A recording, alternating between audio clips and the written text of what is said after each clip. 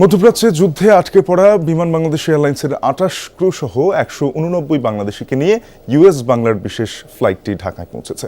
সকালে সংযুক্ত আরব আমিরাত থেকে আসা বাংলাদেশিরা ঢাকার হযরত শাহজালাল আন্তর্জাতিক বিমানবন্দরে অবতরণ করেন। মধ্যপ্রাচ্যে চলমান সংঘাতে ফ্লাইট স্থগিত হওয়ায় সংযুক্ত আরব আমিরাতের দুবাইয়ে আটকে পড়েন তারা। তাদের গ্রহণ করতে বিমানবন্দরে অপেক্ষা করছেন ফেরত আসা ব্যক্তিদের পরিবার ও স্বজনরা। বলেন, হঠাৎই যুদ্ধের পরিস্থিতিতে তৈরি হওয়ায় স্বজনরা উদ্বিগ্ন ছিলেন। যোগাযোগ করলে কিছুক্ষণ পরপরই মিসাইল হামলার খবর জানাচ্ছিলেন তাদের স্বজনরা। এতে পরিবার ও পরিজনরা আতঙ্কিত হয়ে পড়েন। ইউএস বাংলা এয়ারলাইন্সের এই ফ্লাইটের কথা জানতে পেরে গভীর রাতেই অনেকে বিমানবন্দরে চলে আসেন। এখানেই করেন সাহারিন। বিমান অবতরণের খবরে সবাই সন্তুষ্ট, প্রিয়জনকে নিরাপদে ফেরত পাচ্ছেন, এটাই তাদের বড় স্বস্তি। সিলন টি রপ্তানিতে শীর্ষে।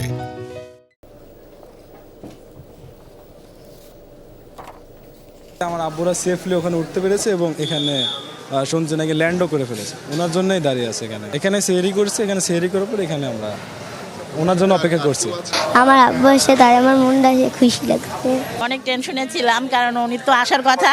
তারপরে যখন ওখানে গন্ডগোল হচ্ছে, বোমা হচ্ছে, তখন খুব টেনশন হচ্ছিল। টেনশন মুক্ত নামছে, কিছুক্ষণ সময় লাগবে হয়তো।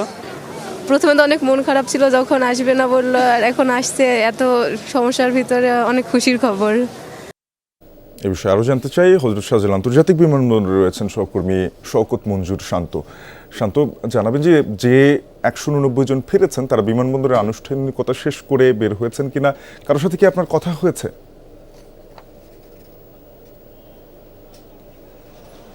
শাফিন, তারা বের হতে শুরু করেছেন কিছুক্ষণ আগে থেকে এবং কয়েকজনের সাথে আমার কথাও হয়েছে। পরিস্থিতি যেই পর্যায়ে আমরা দেখেছি যে অপেক্ষমান পরিবারদের সাথে তাদের দেখা হচ্ছে, কথা হচ্ছে এবং একটা উদ্বিগ্ন থাকা এবং উৎকণ্ঠার যে সময়, সেই উৎকণ্ঠার সময়টা তাদের শেষ হলো এবং পরিবারের সাথে তাদের যে রিইউনাইট সেটি হচ্ছে। এবং যে কজনের সাথে কথা হয়েছে তারা আমাকে জানাচ্ছিলেন যে এই উদ্বিগ্ন পরিস্থিতি, সেই পরিস্থিতি অনেকটাই স্বাভাবিক হয়ে এসেছে এবং তাদের যে একটা শঙ্কার বিষয় সেটি অনেকটা কেটে গেছে বলে তারা আমাদেরকে জানাচ্ছেন।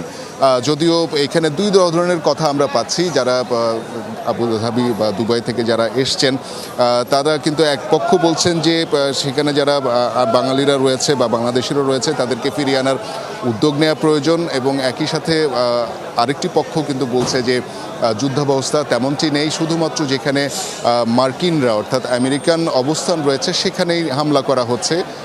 দেশের অন্যান্য যারা নাগরিকরা রয়েছে বাংলাদেশে সহ অন্যান্যরা নিরাপদ এবং স্বাভাবিক রয়েছেন বলেই কিন্তু এই পক্ষের দাবি। যদিও পরিস্থিতি তারাই বলতে পারবেন যে আসলে কোন কোন এলাকায় কি অবস্থা বিরাজ করছে। যদিও আমরা এখানে দেখতে পাচ্ছি যে অপেক্ষমান পরিবার যারা রয়েছেন স্বাভাবিকভাবেই যুদ্ধাবস্থা থেকে তাদের পরিবার বা স্বজন ফেরত আসছেন, এটি তাদের জন্য খুব বড় একটি প্রাপ্তি এবং স্বস্তির একটি বিষয়। যে কজনের সাথে কথা হচ্ছিল তারা জানাচ্ছিলেন যে তারা আগে থেকেই টিকিট করেননি, বরঞ্চ ১-২ দিন আগে তারা খবরটি পেয়ে ইউএস বাংলার যেই ফ্লাইটটি হবে সেই টিকিটটি অনেকে সংগ্রহ করেছেন এবং সেই ফ্লাইট স্বাভাবিকভাবেই তারা নির্বিঘ্নে এসে পৌঁছেছেন এবং একে একে পরিবারের সাথে তাদের সম্মিলন হচ্ছে। এবং সেই জায়গা থেকে একজন দাবি করছিলেন যে সেখানে যে ২৮ জন ক্রু এসেছেন বাংলাদেশ বিমান এয়ারলাইন্সের, সেই বিমানটি কিন্তু দুবাই অবস্থান করছে, কিন্তু তাদের ক্রুরা এসেছেন এয়ারলাইন্স ইউএস বাংলা এয়ারলাইন্স থেকে। স্বাভাবিকভাবেই অনেকে প্রশ্ন করেছেন যে আসলে সেই বাংলাদেশ বিমানটি কেন রেখে দেওয়া হয়েছে, সেটি কেন আরও যাত্রীকে নিয়ে ফেরত আসছে না, এমন বেশ কিছু কথা কিন্তু আমরা শুনতে পাচ্ছি। শফিক, সবকিছুর মাঝে স্বস্তি পরিবার এবং স্বজনদের জানাচ্ছিলেন শান্ত। ধন্যবাদ আপনাকে।